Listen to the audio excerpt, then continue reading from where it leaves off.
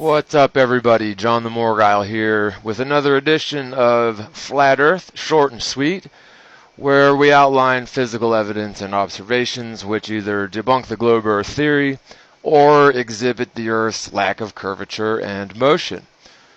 In the last section, we discussed certain lunar observations which are geometrically impossible according to the ball Earth theory. For a quick recap, the heliocentric model demands the full moon be positioned on the opposite side of the Earth from the sun. This means the full moon should always be positioned on the night side of the Earth, yet there are countless examples where the full moon was observed overhead during the middle of the day. The same problem is exemplified whenever a crescent moon is observed in the middle of the night, as the crescent moon phase must be positioned on the day side of the Earth according to the geometry demanded by the ball Earth theory. If you didn't get a chance to see the previous video in this series, here's a card with a link to the video.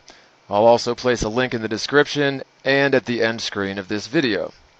Keeping this section within a similar vein as the first, we'll review some astonishing facts surrounding solar eclipses, which fundamentally disagree with the ball Earth theory, further discrediting the standard accepted model through solar and lunar observations. Now, if we assume the Earth is a ball for argument's sake, and accept the standard explanation for solar eclipses, there are simple physical evidence and observations which categorically are incompatible with the geometry of the ball Earth theory. If one single piece of physical evidence proves to be absolutely contrary to the current accepted standard model of the world, then the entire hypothetical construct of the spinning ball becomes a failed theory, which must be discarded. The scientific method is the most effective process to bring us closer to the truth by the process of elimination. So, if verifiable physical evidence disagrees with a given hypothesis or a model, then you must either modify or discard said hypothesis. For example, it's claimed by the standard model that the moon is about 2,000 miles in diameter, positioned at an average distance of about 240,000 miles from the Earth. These values are considered as absolute, unquestionable facts, so if we find physical evidence which disagrees with these values, the rest of the ball Earth model falls apart. When you find multiple instances of such evidence or observations which simply don't jive with the standard model, the ball Earth theory is driven further into the realm of absurdity and impossibility. When you find multiple instances of such evidence or observations which don't jive with the standard model, the ball Earth theory is driven further into the realm of absurdity and impossibility. While there's plenty of physical evidence which shows the Earth to lack any and all motion, as well as the necessary curvature to result in a sphere, it is necessary to address astronomical observations which disagree with the ball Earth hypothesis. This is because many of the fundamental pillars of the ball Earth theory are founded upon astronomical observations. For one example, it's claimed that since we see round objects in the sky, the Earth must therefore be a round object in the sky. For another example, it's believed that the world spins upon its axis due to the apparent rotation of the stars around Polaris. When observing such stars from the Earth, there is really no way to tell whether the Earth is spinning with its axis aligned to Polaris, or if the stars are spinning around Polaris above a stationary Earth. Of course, the globe Earth proponents will claim the rotation of the stars as exclusive proof of a spinning ball Earth, in spite of physical experiments such as Airy's failure, which prove the Earth is at rest while starlight is in motion through the ether.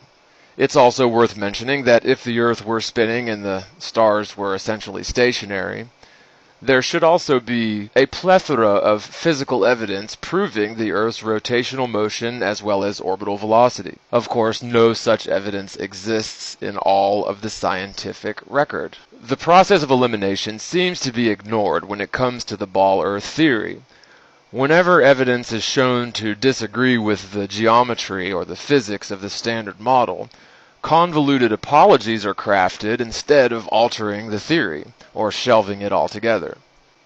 For example, when it's shown that there's no possible way our axis could remain aligned to Polaris for thousands of years due to the alleged axial precession of the world, then we clearly must alter the model to account for the permanent alignment between Polaris and our axis. It's extremely difficult for people to come to terms with the truth about our natural world being fixed and flat, not because of any evidence that proves curvature or mind-boggling velocities demanded by the globe theory, but instead due to a lifetime of programming through the educational system, the mass media, pop culture, and governmental psyops such as NASA. The best way to overcome the unshakable belief in the ball Earth is to continue showing verifiable evidence which refutes the theory. So, solar eclipses, as mentioned, entail several attributes which are incompatible with the geometry of the ball Earth. The single biggest problem with solar eclipses is the fact that the shadow of the moon cast upon the Earth is usually around 50 to 100 miles in diameter, although it fluctuates depending on the eclipse. Such a shadow simply could not be cast by an object with a diameter of 2,000 miles, positioned some 240,000 miles away from the Earth.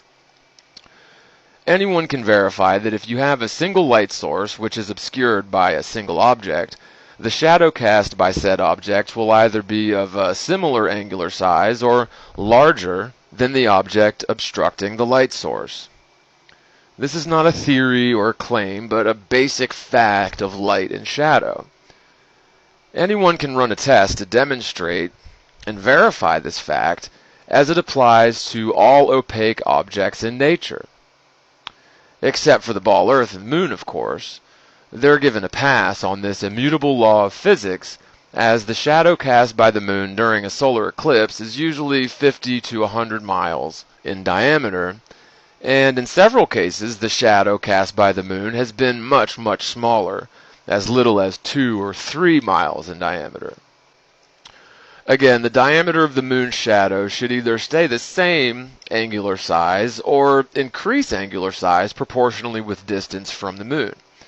It certainly shouldn't taper off into a point that's convenient for the globe Earth theory, but has never been demonstrated in reality, of course. This claim can be proven by anyone who cares to spend just a bit of time with a flashlight, a tennis ball, and a wall. Under no circumstances can you cast a shadow of a smaller radius than the tennis ball, especially with extremely long distances between the light, the ball, and the wall. If the Moon were the size of a tennis ball, then the Earth would be about the size of a basketball. The Moon would be positioned about 26 feet from the basketball, and the light source, representing the Sun, would be a whopping 2 miles away. If you could possibly get the conditions and alignments right to successfully complete such a test, it goes without saying that the tennis ball shadow would be at least the diameter of the tennis ball, certainly not a few millimeters in diameter as purported by the globe Earth model. The ball Earth theory demands the opposite of this immutable law of light and shadow, which is a running theme when it comes to the ball. The globe theory demands the Moon's shadow diminishes in angular size with distance.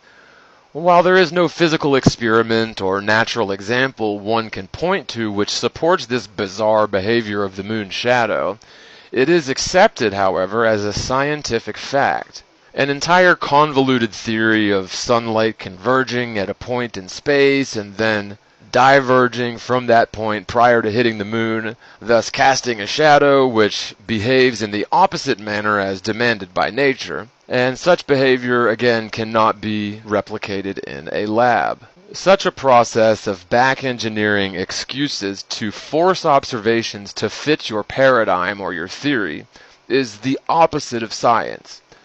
All celestial observations and tests begin with the axiom that the world must be a spinning ball flying around in space, regardless of any contrary evidence which presents itself. The astonishing fact involving the moon's shadow being way too small for the Standard Model is a prime example of this willful ignorance and never-ending apologetics on the part of theoretical physics and astronomy. This is not to say that all astronomers in the world are actively deceiving us. The truth is quite the contrary. In truth, every person on the world was indoctrinated into the belief that the Earth is a spinning ball when we were very young. It is taken for granted as an unquestionable fact, which results in ridicule of anyone merely questioning the validity of this belief in a spherical orbiting world.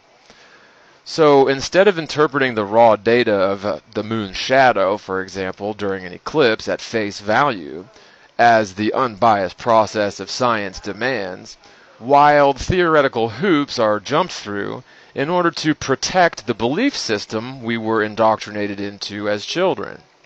Were science to adhere to the method of its namesake, the estimated size and distance of the moon should be drastically altered due to the fact that its shadow is usually less than 100 miles in diameter, and has been recorded as little as 2 miles in diameter.